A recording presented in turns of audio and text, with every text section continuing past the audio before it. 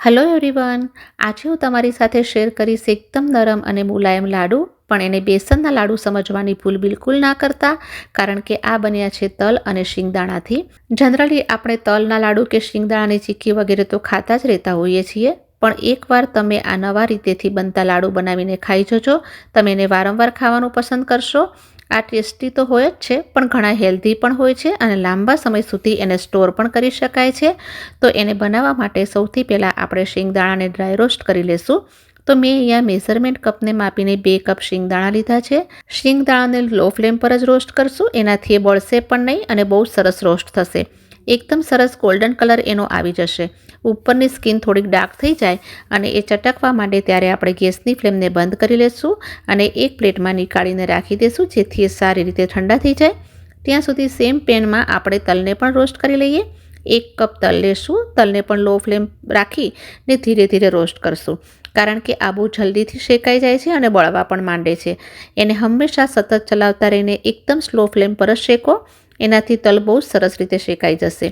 જો તલ કાચા રહી જાય અથવા ઓવરકુક થઈ જાય તો એનાથી અલગ જ ટેસ્ટ આવવા માંડે છે. તો તલ જે છે હલકા ગોલ્ડન કલરના થઈ ગયા છે, તો બસ એને પણ એક પ્લેટમાં નીકાળીને રાખી દઈએ, જેથી એ પણ સારી રીતે ઠંડા થઈ જાય. હવે જે આપણે શિંગદાણા રાખ્યા હતા એ પણ ઠંડા થઈ ગયા છે. જ્યારે હલકા ઠંડા થઈ જાય તો એની સ્કિન નીકાળવી ઇઝી થઈ જાય છે. તો તમે કોઈ પણ કપડાની અંદર શિંગદાણાને નાખીને રગડી લો, અથવા તો આ રીતે હાથેથી પણ રગડી લો. બહુ જ આસાનીથી સ્કિન નીકળી જશે.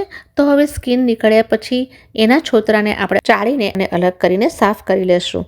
તો હવે શિંગદાણાને ગ્રાઇન્ડિંગ જારમાં એડ કરી લેશું અને એની સાથે તલને પણ એડ કરી લેશું. તલ પણ સરસ ઠંડા થઈ ગયા છે. બંને વસ્તુઓ ઠંડી કરીને જ ગ્રાઇન્ડ કરવાની છે.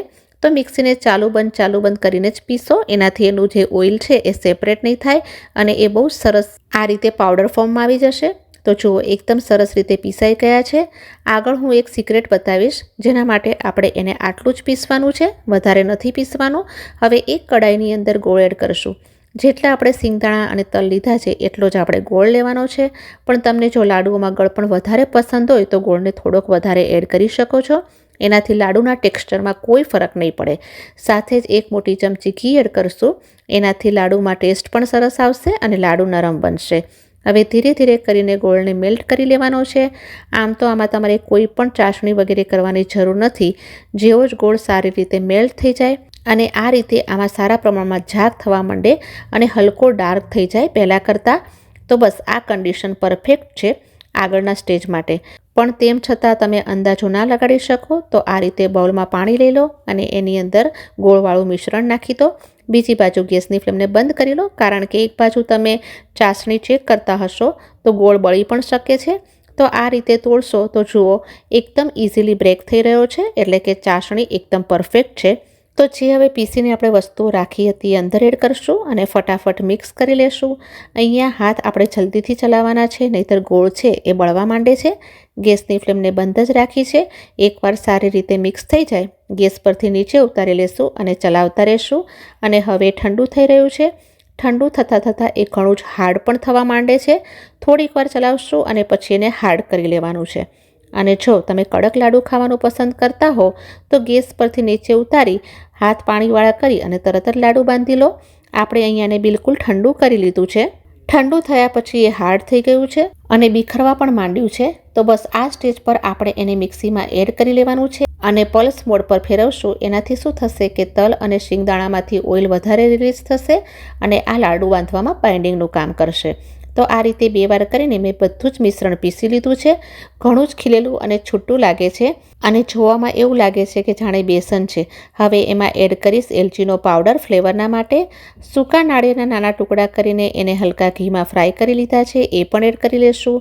2 ટેબલ સ્પૂન પમ્પકિન સીડને હલકા ડ્રાય રોસ્ટ કરીને લીધા છે અને આપણે જે તલ રોસ્ટ કર્યા હતા એમાંથી થોડા બચાવીને રાખ્યા હતા, એ પણ એડ કરી લેશું. તમને જે પણ ડ્રાય ફ્રૂટ પસંદ હોય તે તમે આમાં નાખી શકો છો. આમાં તમે શિંગદાણા પણ એડ કરી શકો છો. હવે આ મિશ્રણથી જ આપણે લાડુ બાંધવાના છે. બહુ વધારે ગરમ મિશ્રણની જરૂર નથી. જેટલું તમે હેન્ડલ કરી શકો એટલું ગરમ કરી લો, કારણ કે બિલકુલ ઠંડુ થઈ ગયું તો લાડુ બાંધી નહીં શકીએ, અને લાડુ બનાવવાના ટાઈમ પર એ હલકું ઠંડુ થઈ ગયું તો તમે એને ફરીથી ગરમ પણ કરી શકો છો અને આરામથી લાડુ પણ બાંધી શકો છો. તો આ જુઓ, બધા જ મિશ્રણને મિક્સ કરી લીધું છે અને આ રીતે મુઠ્ઠીમાં નાખીને બાંધીએ છીએ તો સરસ રીતે બંધાઈ પણ રહ્યા છે. તો બસ આપણે ફટાફટ લાડુ બનાવીને તૈયાર કરી લેશું. અને જો કદાચ મિશ્રણ તમને ડ્રાય લાગે તો થોડું ઘી મેલ્ટ કરીને એડ કરી લો. તો જુઓ, આપણા એકદમ નરમ અને મુલાયમ લાડુ બનીને તૈયાર છે. તો જોયું ને, કેટલા આસાન છે લાડુ બનાવવા, અને નોર્મલ લાડુથી એકદમ અલગ લાગે છે અને બહુ જ વધારે ટેસ્ટી. એનું ટેક્સચર બિલકુલ કમાલનું છે, જોઈને પણ કોઈ કહી નહીં શકે કે આ તલ અને શિંગદાણાથી બનેલા લાડુ છે. તો તમે જરૂરથી ટ્રાય કરજો. અને જો આજની આ રેસીપી તમને પસંદ આવી હોય તો પ્લીઝ વિડીયોને like, share and subscribe to my channel. જલ્દી ફરી મળીશ નવા વિડીયો સાથે. Till then take care and stay healthy.